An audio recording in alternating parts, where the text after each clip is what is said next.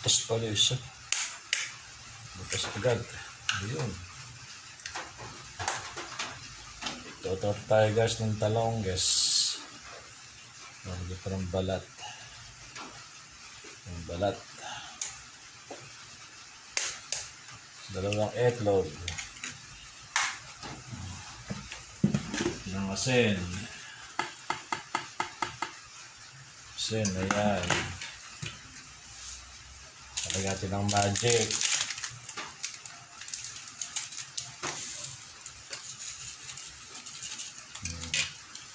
Para may sarap ng konti. Ayan, lagyan ng magic.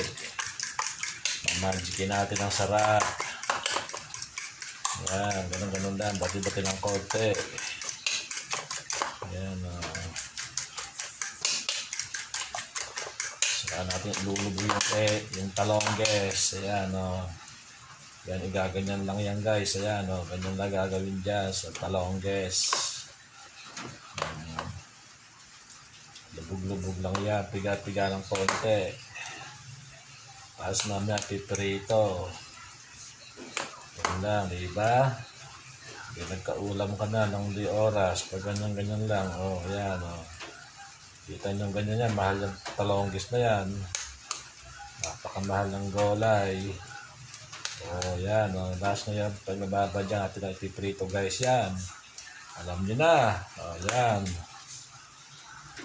Ayan. Mainit na yung mantika. Lagay natin yung ating talonggis.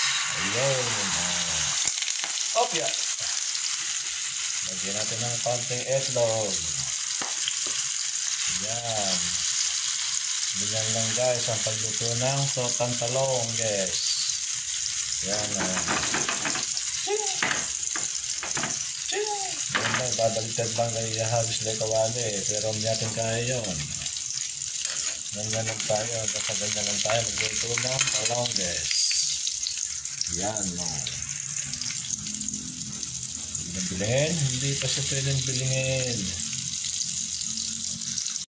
Yun na guys, babaliktaran natin yung ating talong guys. Opya. Aywa. Ayan, medyo nagtunog ng konti. Guys, hanguin natin yung unang hango. Unang salang. Luto na siya.